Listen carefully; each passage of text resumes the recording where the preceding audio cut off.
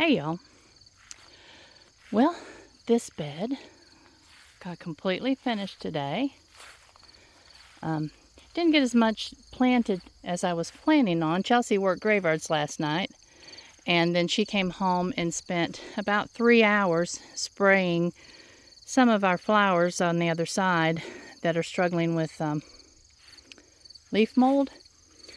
And then I ran her off and told her to go get some sleep. Bless. So anyway, this bed is completely planted, and I spent most of my morning and afternoon watering on the other side because it is so very dry. And I had to water close to the ground because she had sprayed everything. We didn't want it to wash off the leaves, so it made it a little bit more difficult, but that's okay. So this that's covered with netting, it's covered with netting because just a few minutes ago there was about a half a dozen crows up there talking to each other. And I have the suspicion that they're discussing the seed that's in this garden. And I will not be happy with them. So anyway, we're going to cover every one of these rows, we're going to cover them with the bird netting.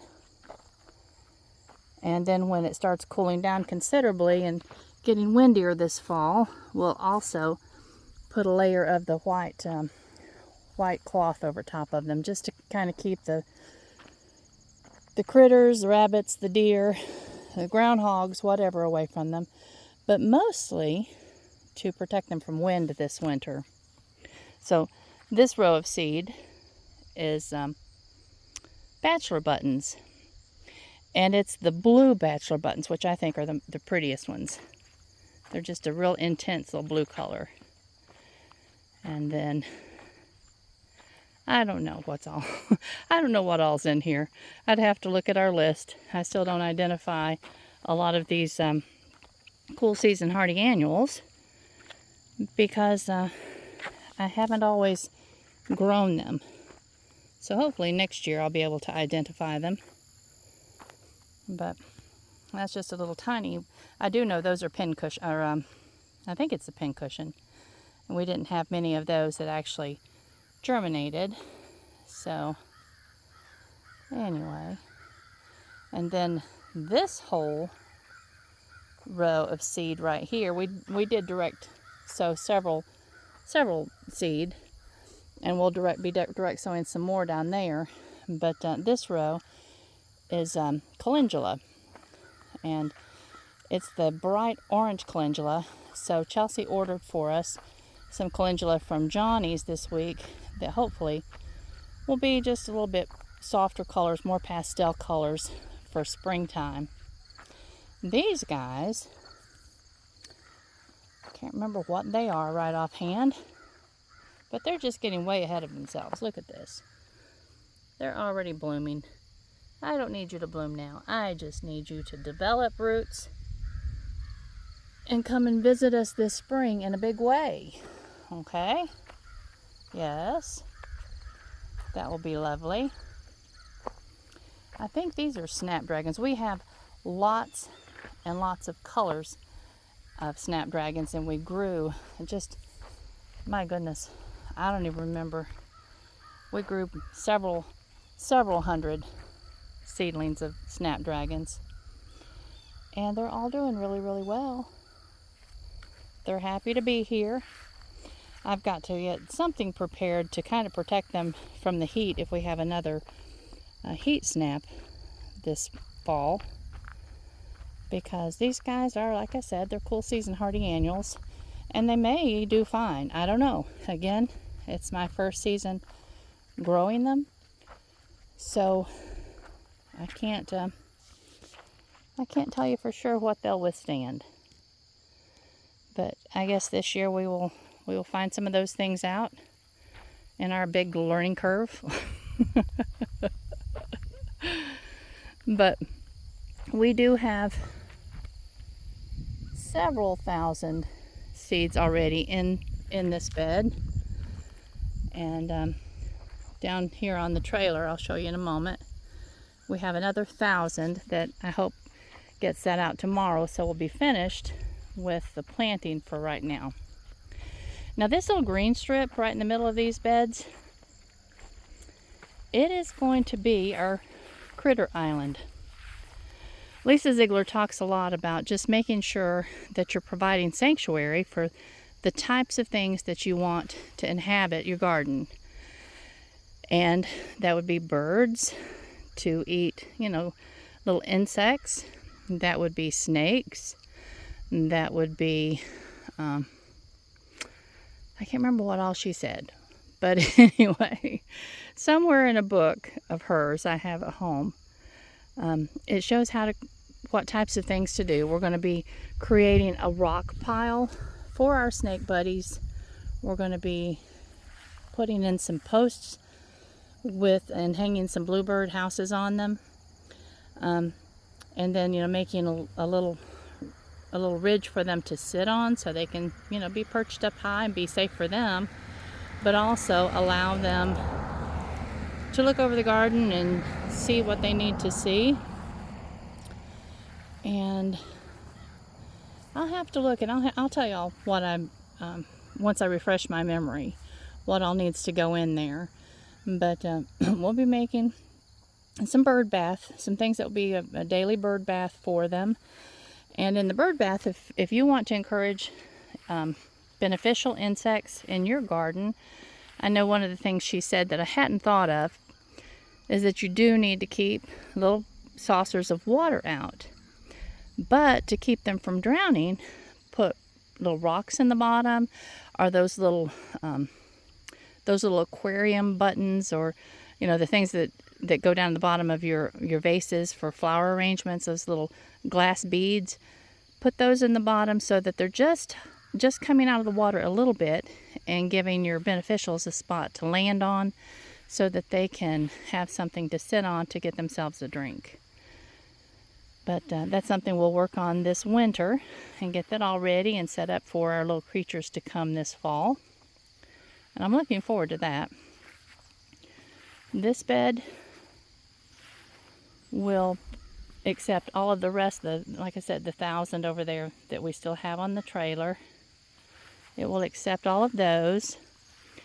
And see, there's just 3 rows. These little piles in the middle, that all has to be raked down nice and flat. Same thing over there. They have to be raked down nice and flat because our plan is to make these rows permanent, and we want to encourage grass to grow in the middle like we have on the other side so that it can just be mowed, and that's called a living pathway.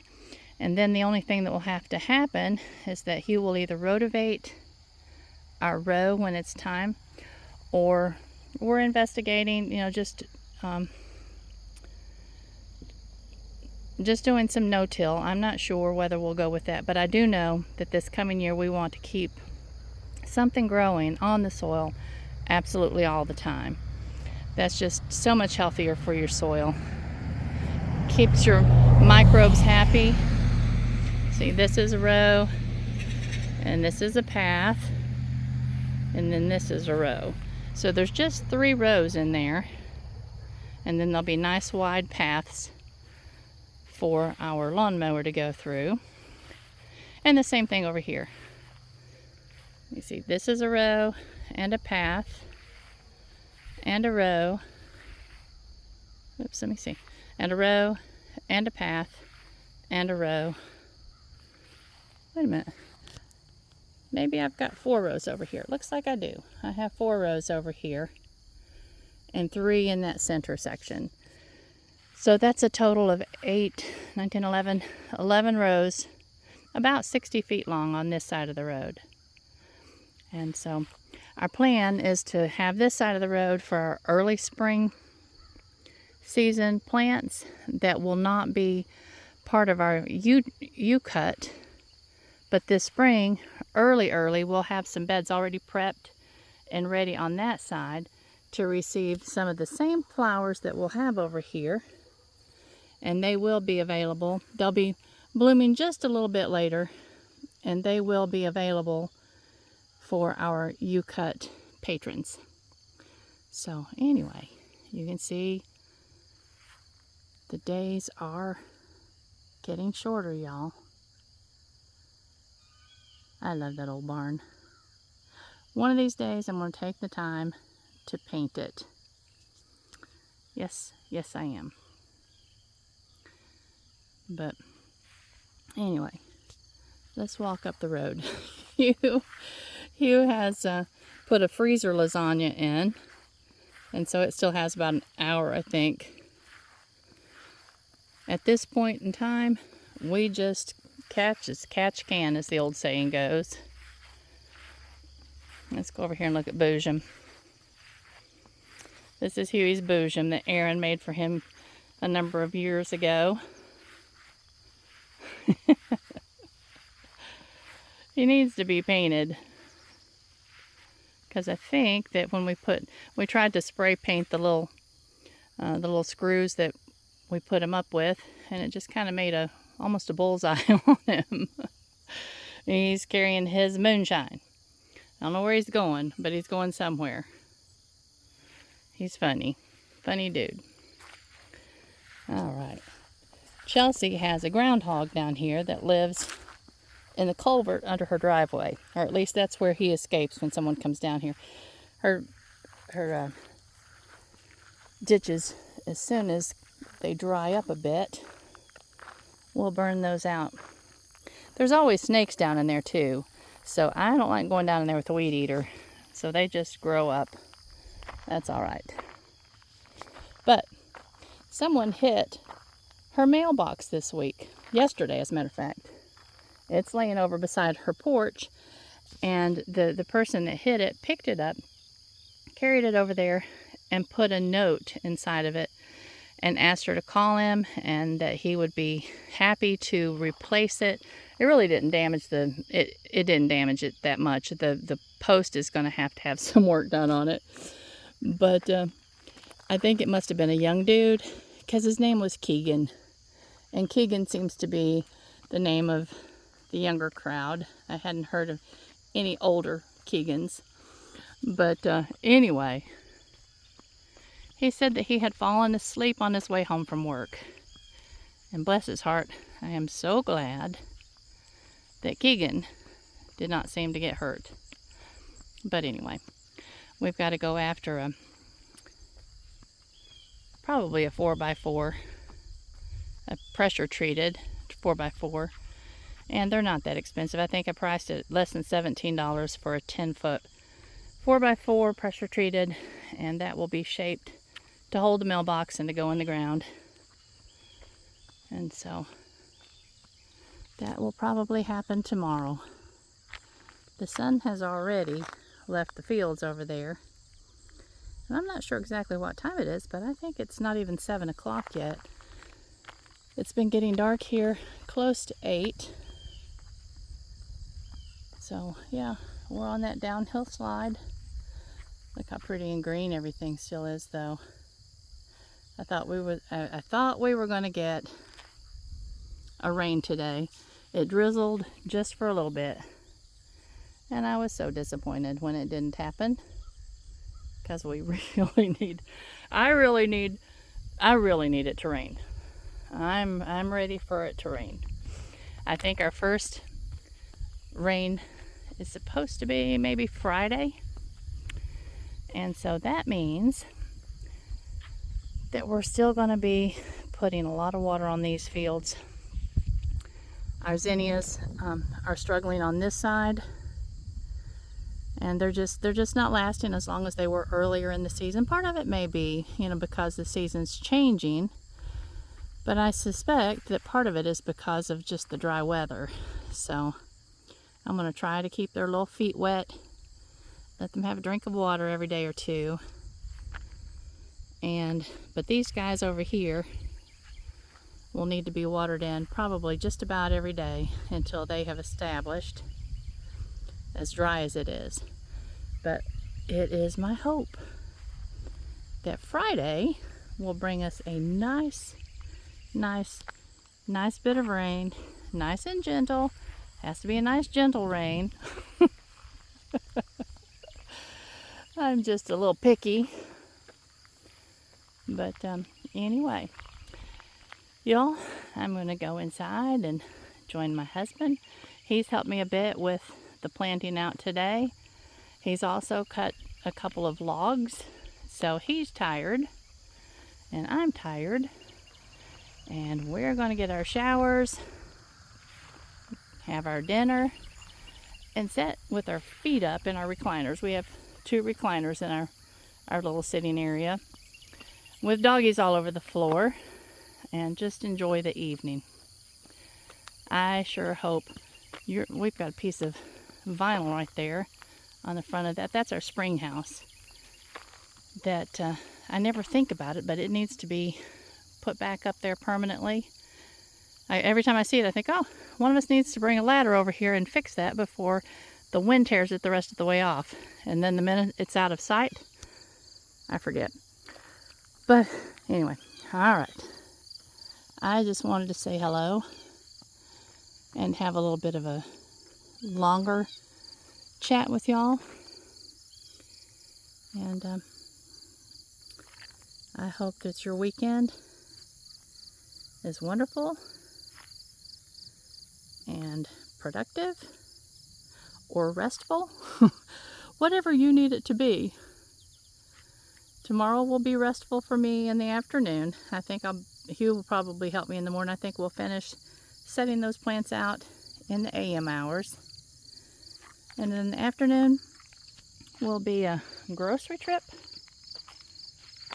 I've got to Sunday's my doggy day. So I brush my doggies. One of them will need a bath, and I'm hoping, if there's any time left, that I'll start cleaning out my chicken coops. They need to be prepared for winter time. And yeah, I just ruined it, y'all. I was thinking about tomorrow being restful. I don't think that's going to happen. I think maybe not so much. But anyway, maybe so. I may put the chicken coops off for another week or two till we get these gardens done. I think I will. I'm going to put the chicken coops off until after the gardens are completely planted, and then I'll tackle them. That sounds better. I'll tackle them next Saturday. There you go. All right. Have a wonderful rest of your weekend, and I love you much, and I'll talk to you soon. Bye-bye.